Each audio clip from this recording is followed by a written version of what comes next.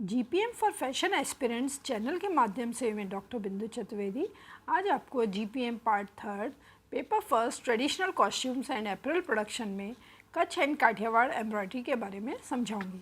कच्छ और काठियावाड़ एम्ब्रॉयडरी या हम इसे गुजरात की कढ़ाई भी कहते हैं। गुजरात प्राचीन समय से अपने सुंदर एवं उत्कृष्ट कढ़ाई के लिए प्रसिद्ध है। यहाँ के कड़े वस्त्र विदेशों में निर्यात किए जाते हैं। कढ़ाई सुई धागे से की जाती है। सौराष्ट्र, कच्छ, काठियावाड़, उत्तरी गुजरात एवं पश्चिमी राजस्थान का पूरा क्षेत्र कढ़ाई कला में पारंगत है। अवकाश के क्षणों में यहाँ की महिलाएं कढ़ाई का काम करती हैं। गुजरात की कढ़ाई का उल्लेख महाभारत में भी मिलता है। ऐसा कहा जाता है कि इस कढ़ाई का प्रादुर्भाव काथी जाति के लोगों के द्वारा हुआ। इसका मुख्य व्यवसाय जानवरों को चराना, देखभाल करना तथा वे जंगलों में इधर उधर विचरण करते हुए अपने जीवन यापन करते थे। अर्जुन का मुख्य प्रतिद्वंदी महाभारत का वीर योद्धा दानवीर कर्ण ने इस जाति को संगठित करके कढ़ाई कला के लिए उत्साहित किया। बाद में यही कढ़ाई गुजरात की एक महत्वपूर्ण कढ़ाई हो गई। इसमें शिव एवं गणेश के चित्रों का अत्यंत सुंदर ढंग से काढ़ा जाता है। शैलजा डी नायक ने अपनी पुस्तक एम्ब्रॉयडरी ऑफ इंडिया में लिखा है, this embroidery was introduced by Kathi the cattle breeder who were basically wanderers and brought by Karna, the famous warrior of Mahabharata. These wanderers collected and gathered themselves in place and contributed variety, unique elements, patterns, design, themes, modes and techniques of needlework, which became later on integral part of embroidery of Gujarat. Gujarat कढ़ाई कला के क्षेत्र में उत्पादन एवं व्यापार के लिए आज भी प्रसिद्ध है। यहाँ के कड़े वस्त्र यूरोपीय देशों में भेजे जाते हैं। दीवार पर टांगने हेतु सामान, तस्वीर, बेडशीट, बच्चों के खिलौने, क्विल्ट की हुई चादर आदि अत्यंत सुंदर सुंदर नमूनों में काढ़े जाते हैं। इन्हें शंख, मोती, बीड वर्क, बटन आदि से सजाया जाता है। गुजरात के प्रत्येक जाति की एक अलग कढ़ाई कला होती है। कढ़ाई में रंग संयोजन एवं टाँके भी भिन्न भिन्न लिए जाते हैं। उच्च जाति के लोग रेशम वस्त्रों पर रेशमी धागों से कढ़ाई करते हैं, जबकि निम्न जाति के लोग सूती एवं ऊनी वस्त्रों पर कढ़ाई करते हैं। गुजराती कढ़ाई क्षेत्र विशेष के आधार पर निम्नलिखित प्रकार की होती है। सिंध की कढ़ाई, सिंध एम्ब्रॉयडरी सिंध प्रदेश के कढ़े हुए वस्त्रों को पर कच्छ एवं पंजाब की कढ़ाई का स्पष्ट प्रभाव झलकता है। सिंधी कढ़ाई पंजाब की फुलकारी के रफू टाँकों तथा कच्छ कढ़ाई के चैन टाँकों के सम्मिश्रण से बनाया जाता है। इस कढ़ाई का अपना विशिष्ट सौंदर्य होता है। चटकीले रंग बिरंगे धागों से कढ़ाई का काम किया जाता है। पश्चिम राजस्थान के जैसलमेर एवं बाड़मेर जिले में भी सिंधी कढ़ाई काफ़ी लोकप्रिय है तथा यहाँ की महिलाएं इस कढ़ाई को विशेष उत्साह से करती हैं। पशु पक्षी, फूल पत्तियाँ आदि भी के चित्रों को वस्त्र पर विशेष ढंग से काढ़ा जाता है। कई नमूनों में शीशे के नन्हे टुकड़े अथवा अभ्रक के टुकड़ों का काज टाँके से लगाया जाता है। यह कढ़ाई संपूर्ण वस्त्र पर नहीं की जाती। कच्छ की कढ़ाई, ऐसा माना जाता है कि कच्छ की कढ़ाई सिंध के एक मुस्लिम फ़कीर ने सबसे पहले वहाँ के मोची या शू मेकर जिसको कहते हैं को सिखाई थी। बाद में यह कढ़ाई अहीर, चरवाहे, कानवी, काश्तकार एवं रवाड़ी चरवाहे द्वारा किया जाने लगा। अहीर चरवाहे सौराष्ट्र के किसान होते हैं। अहीर स्त्रियां अवकाश के क्षणों में कढ़ाई द्वारा वस्त्रों को सुसज्जित करती हैं, जिन्हें वे अपने तथा अपने परिवार के लिए उपयोग करती हैं। यह कढ़ाई हुकदार सुई की सहायता से की जाती है। चैन टाँके एवं खुली चैन टाँके द्वारा उत्कृष्ट नमूने बनाए जाते हैं।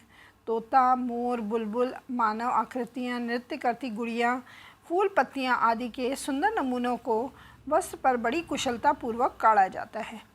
नमूनों को कांच के नन्हे नन्हे टुकड़ों, कांच वर्क या मिरर वर्क द्वारा सजाया जाता है। गहरे रंग के वस्त्र पर रंग बिरंगे चटकीले रंग के धागे से नमूने बनाए जाते हैं। सौराष्ट्र की कढ़ाई। सौराष्ट्र एम्ब्रॉयडरी सौराष्ट्र कढ़ाई में मुख्यतः 3 शैलियों को प्रभाव देखने को मिलता है। ये निम्नांकित है। कानबी कढ़ाई। कानबी काश्तकार होते हैं जो सौराष्ट्र से हस्तांतरित होकर आए हुए किसान होते हैं। कानबी स्त्रियां कढ़ाई कला में अत्यंत निपुण होती है। कानबी जातियों के द्वारा किए जाने के कारण इस कढ़ाई का नाम भी कानबी कढ़ाई पड़ा है। कढ़ाई चटकीले रंग के सूती धागों से की जाती है, जिसमें अधिकतर लाल, पीला, हरा, नीला, सफ़ेद, नारंगी एवं जामुनी रंगों का प्रयोग होता है। नमूने प्राकृतिक स्रोत से लिए जाते हैं। फूल, पत्तियों, मानव आकृतियों, पशु पक्षियों आदि के नमूने को उत्कृष्ट तरीके से काढ़ा जाता है। नमूने को बाह्य रूपरेखा, डार्निंग एवं चैन टाँकों से तथा भराई, हेरिंग बोन टाँके से की जाती है। नमूने अधिकांशतः सफ़ेद एवं पीले वस्त्र पर काढ़े जाते हैं। कानबी लोगों से पशुओं के प्रति प्रेम होता है। वे कढ़े हुए वस्त्रों में से गाय, बैल एवं अन्य पशुओं की ललाट, पीठ, सींग आदि को सजाते हैं। पशुओं को सजाने के लिए विशेष प्रकार से उत्कृष्ट डिज़ाइनों में कढ़ाई की जाती है। घरेलू उपयोग में आने वाली वस्तुओं को भी वे कढ़ाई द्वारा सुसज्जित करते हैं।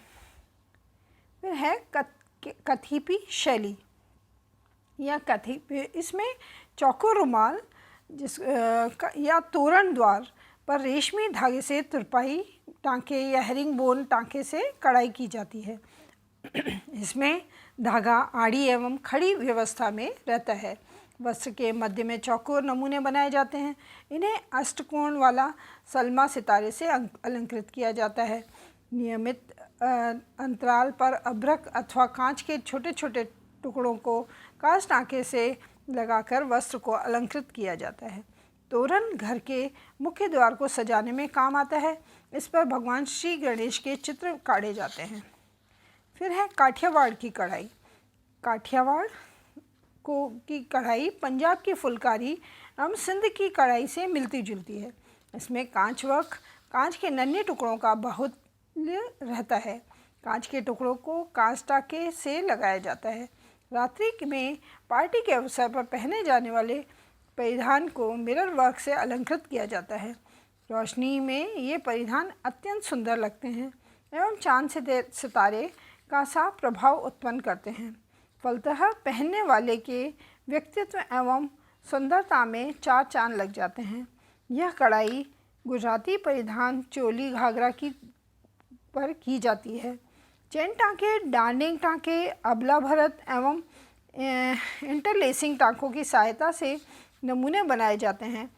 क्रिम्सन, लाल, काला, हरा, इंडिगो, आइवरी एवं पीले रंग के रेशमी धागों से कढ़ाई की जाती है। नमूने में नयापन एवं अलौकिकता लाने के लिए चौकोर रंग वर्क के 4 बराबर भागों में इस तरह से बांटा जाता है कि वे त्रिकोण बने तथा प्रत्येक त्रिकोण आकार प्रकार से एक समान रहें।